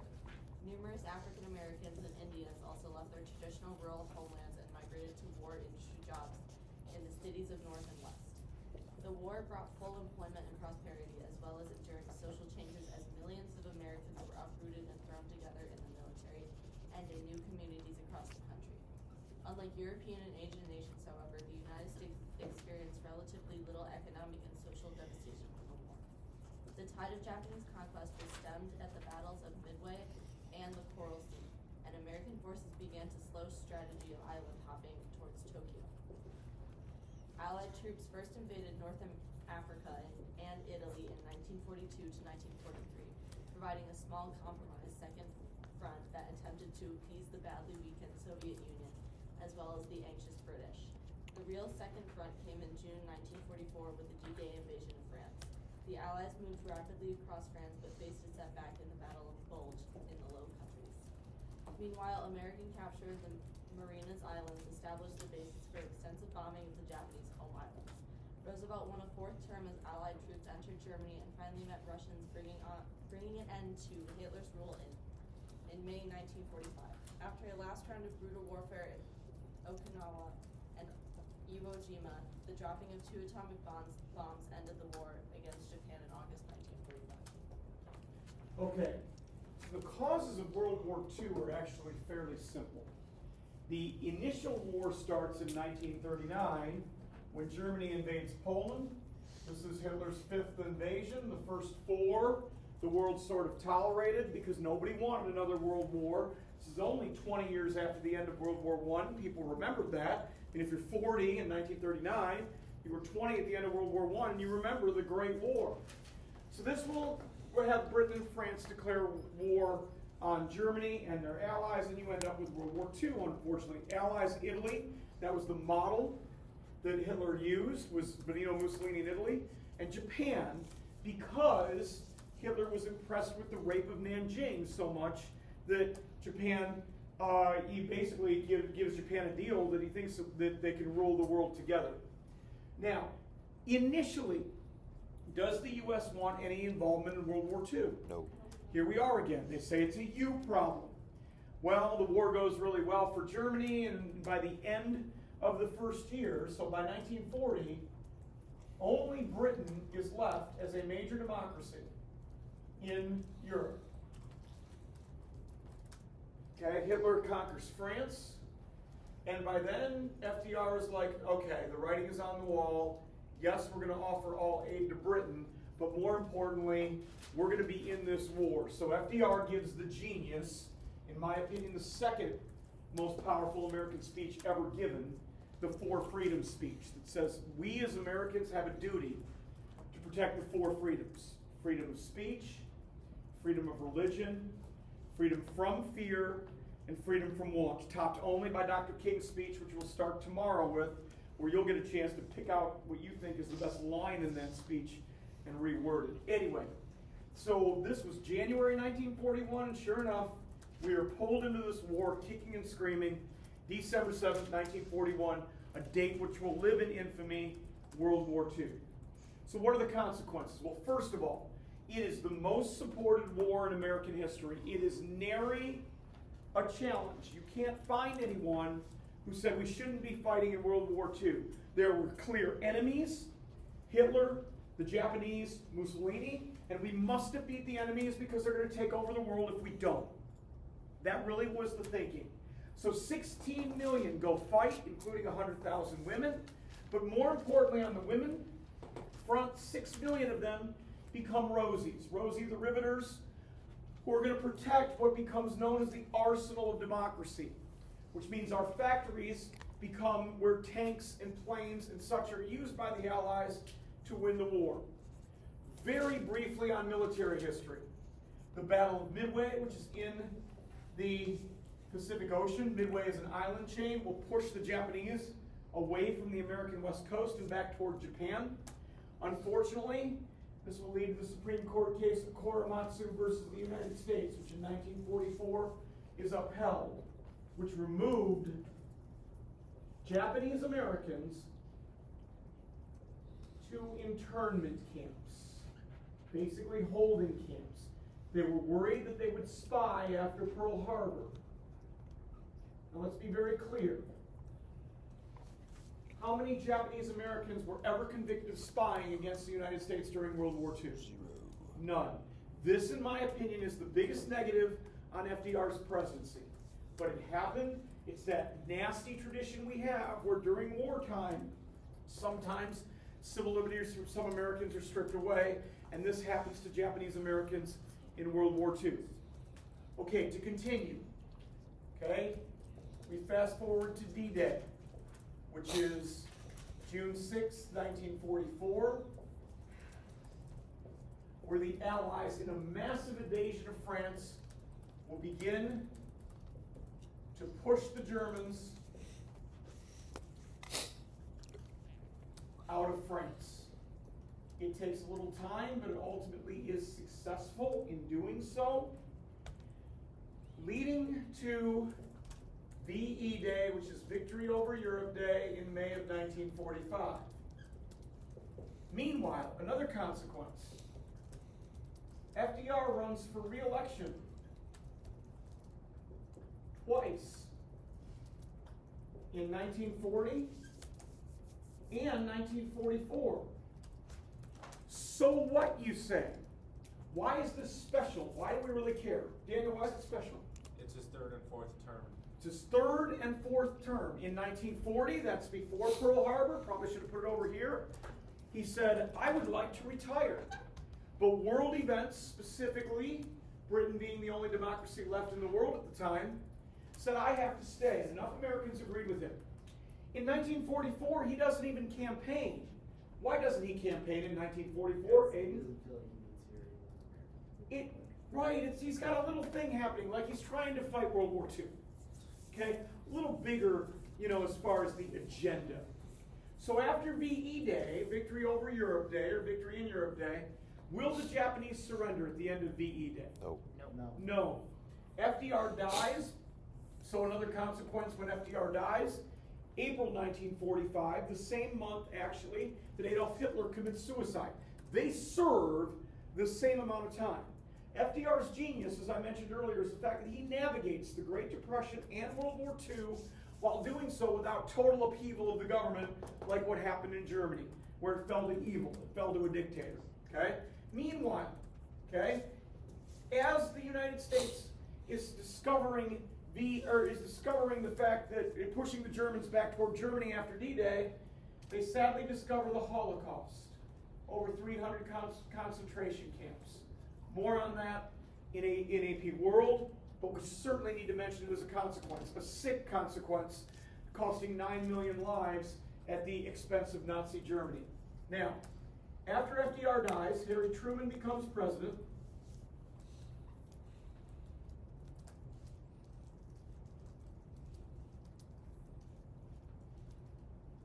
In April 1945, he was FDR's second vice president, the second day that he is on the job. National security advisors meet with him as well as the military, and they tell him, President Truman, we have a weapon as such that has never been seen before in American history. What weapon were they alluding to there? The bomb. The atomic bomb. He decides to drop 2 of them. One on Hiroshima, atomic bomb number 1. One on Nagasaki. Atomic bomb number 2. This will lead to the Japanese surrender.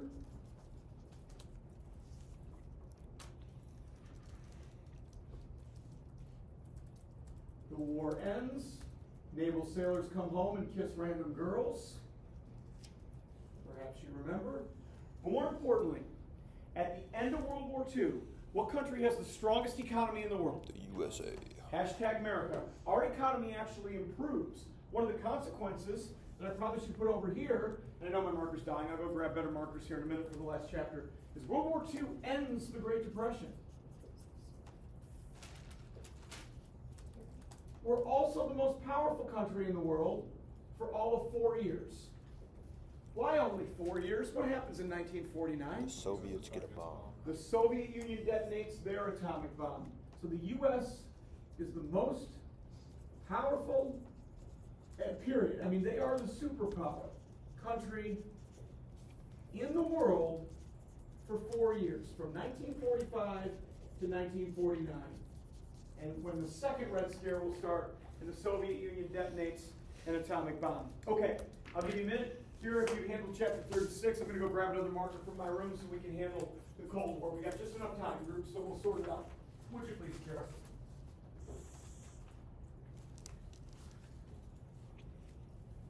In the immediate post-war years, there were widespread fears of return to depression, but fueled by cheap energy, increased worker productivity, and government programs such as the GI Bill of Rights, the economy began a spectacular expansion that lasted from 1950 to 1970.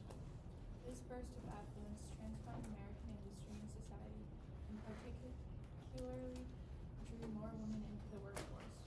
Footloose Americans migrated to the sunbelts of the South and West and to the growing suburbs, leaving the northeastern cities with poorer populations. Families grew rapidly as the baby boom created population walls that would last for decades. The Yalta Agreement near the end of World War II left major issues undecided and created controversy over post-war relations with the Soviet Union. With feisty Truman in the White House, the two new superpowers soon found themselves at odds over Eastern Europe, Germany, and the Middle East.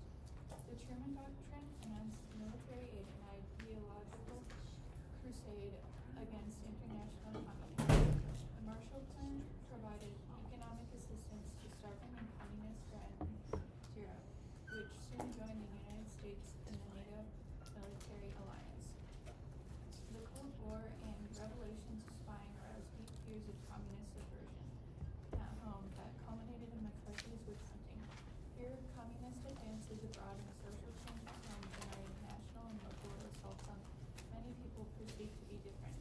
Issues of the Cold War and civil rights fractured the Democratic Party three ways in 1948, but Augustus Truman campaign overcame the divisions to win a triumphant underdog victory. The Communist Chinese won a civil war against the nationalists. North Korea invaded South Korea, and the Americans and Chinese joined in fighting the Seesaw War to a bloody stalemate. MacArthur's insubordination and threats to expand the war to China led Truman to fire him. Notice I have a red marker, get it? The Cold War red, so it's, well, probably too late in the game for that tonight, but anyway. Okay, this chapter really focuses around, really 3 or 4 early Cold War events that we're gonna need to handle. So the GI Bill, which is not necessarily a Cold War event, it's one of the last things that FDR does. I wish it was actually in the World War II chapter, because it belongs here. This is 1944. We'll talk Truman Doctrine, we'll talk Marshall Plan, and then this chapter basically ends with the Korean War. So, first of all, the GI Bill, officially called the Servicemen's Readjustment. Oh, and I shouldn't have forgotten McCarthy. That's a better ending anyway. I should not have, okay. Servicemen's Readjustment Act of 1944. This is FDR, and one of the last things that he does, this is late 44, says, I need a plan to help those soldiers coming home. What's one thing the GI Bill did or gave to the soldiers? Go for it, Ian. Free college. Genius. Not only is this going to increase college enrollment, but it increases the overall education level of the population. The average education level of the American population goes way up because of the GI Bill. What else does it do? It does one other thing. Go for it, Daniel. Lower interest rates. Lower interest rates for loans and businesses, that's right.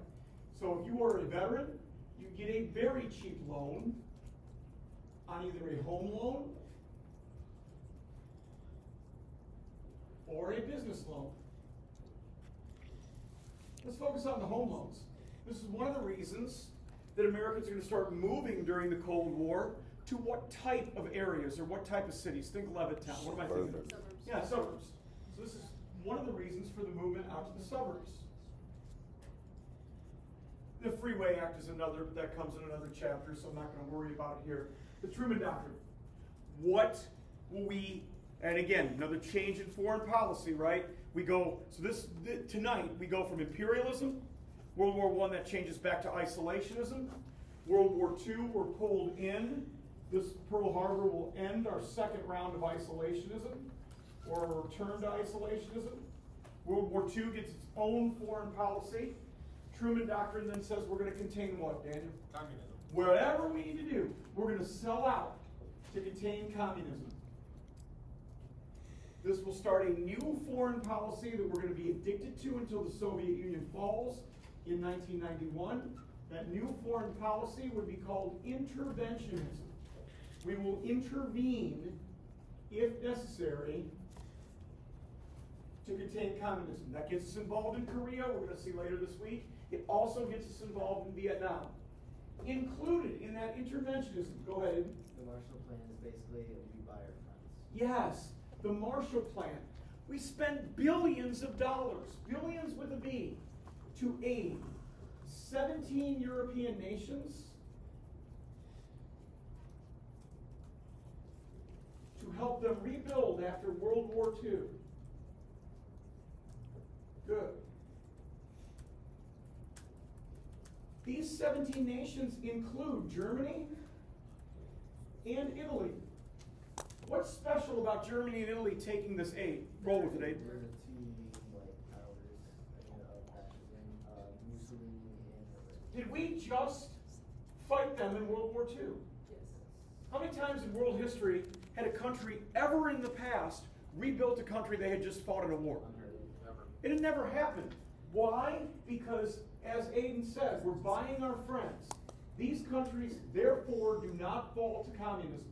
It is connected to the Truman Doctrine.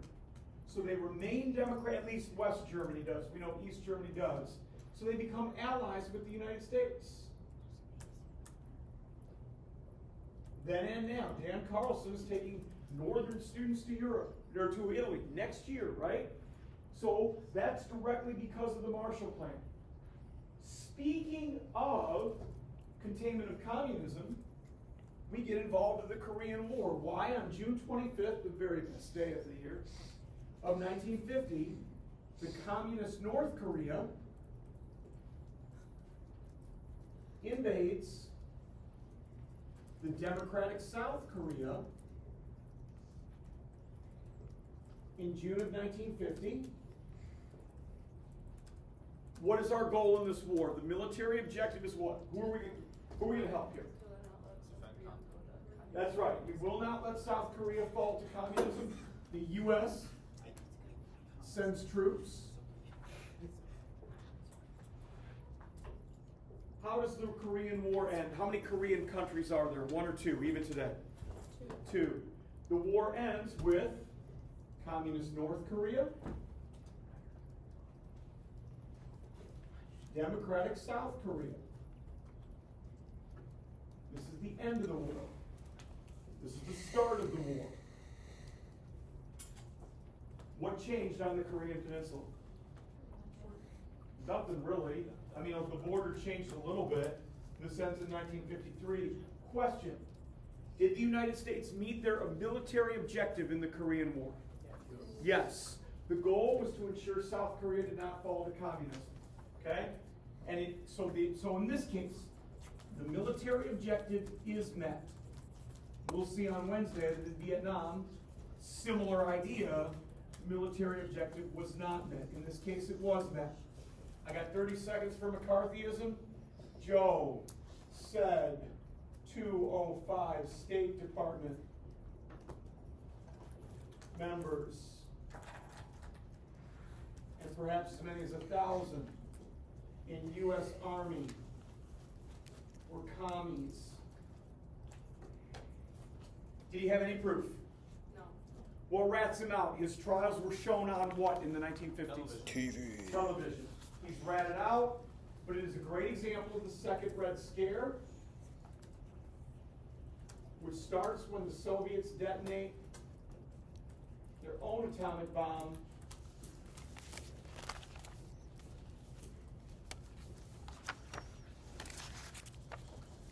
in 1949.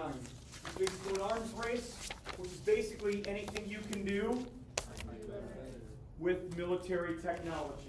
It's called the Cold War because technically, did the U.S. ever declare war on the Soviet Union or vice versa? No, but they'd have these proxy wars or things like that. My time is up. You even gave me an extra minute. Love you all dearly. Know how hard you're working. Thank you. A nice hand for Aiden Nuttall for recording all of these. So thank you very, very much for that. I'll hang around as I always do for a little while, let you take pictures of the boards. If you have any general questions, I'm happy to do that. Thank you for your interest. Thank you for coming. Thank you for being a captive and involved audience.